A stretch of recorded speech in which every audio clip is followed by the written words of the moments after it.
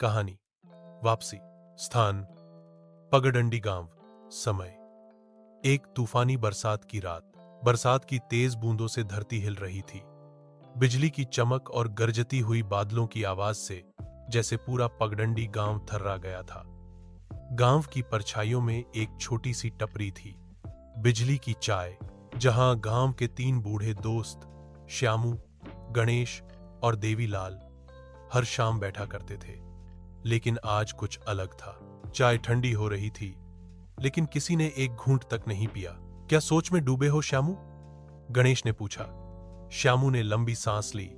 हमारी स्कूल की हालत देखी है, छत टपक रही है, बेंच टूटी हुई हैं, बच्चों को पढ़ाना तक मुश्किल है।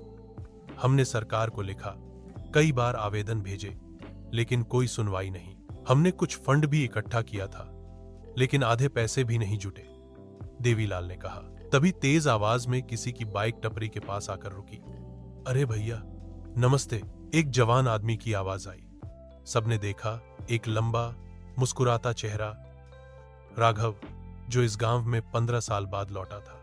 अरे राघव, तू तो शहर चला गया था पढ़ाई के लिए, श्यामू आश्चर्य से बोला।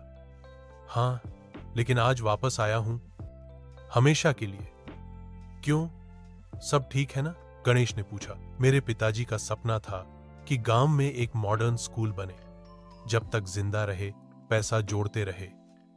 उनके गुजरने के बाद उनके सामान में एक चिट्ठी और एक नक्शा मिला। किसी पुराने कुएं के पास दबी एक लोहे की संदूक का जिक्र था। क्या उसमें कुछ है? देवीलाल उत्सुकता से पूछ बैठा। पता नहीं, लेकिन पिताजी की आखिरी इच्छा थी। आज उसी संदूक की खोज में आया हूं। और हां, जिस जमीन को लोग भूतिया कहते हैं, वही लोकेशन है। तीनों बुजुर्ग एक दूसरे की ओर देखने लगे। वो पुराना स्कूल वाला कुआं? वहां तो लोग रात को जाते ही नहीं। कहते हैं कि वहां रात में किसी मास्टर की आत्मा घूमती है जो स्कूल बंद होने से नाराज है। मुझे डर नहीं लगता। क्या आप लोग साथ चलेंगे? राघव ने विनम्रता से पूछा। कुछ हिचकिचाते हुए सब तैयार हो गए। अगले आधे घंटे में वे सब उस सुनसान स्कूल के पुराने हिस्से में पहुंचे, जहां टूटी खिड़कियों से बरसात अंदर आ रही थी और पुरानी दीवारें सीलन से भरी हुई थीं। राघव ने नक्शे के अनुसार जमीन खोदनी शुरू की। अचानक हवा का एक तेज झोंका आया। खिड़की अपने आप खुल गई और एक धुंधली सी परछाई सामने दीवार पर उभरी। तुम्हें स्कूल चाहिए ना? लेकिन क्या तुम सच्चे हो? एक गूंजती आवाज आई। हां, हमें चाहिए, पर खुद के लिए नहीं, आने वाली पीढ़ियों के लिए, राघव ने दृढ़ता से कहा। अचानक मिट्टी के नीचे कुछ टकराया। लोहे की संदूक थी। अंदर खोलने पर नोटों के बंडल और एक और चिट्ठी मिली। अगर यह संदूक किसी लालची के हाथ लगे तो यह राख बन जाएगा, लेकिन अगर कोई सच्चे मन से गांव के बच्चों के लिए स्कूल बनाना चाहे तो यह उसकी अमानत है। मास्टर दीनानाथ, 1905। चारों की आंखें भर आईं। जैसे ही संदूक खोला गया, दीवार की परछाई धीरे धीरे ऊपर उठी और हवा में विलीन हो गई।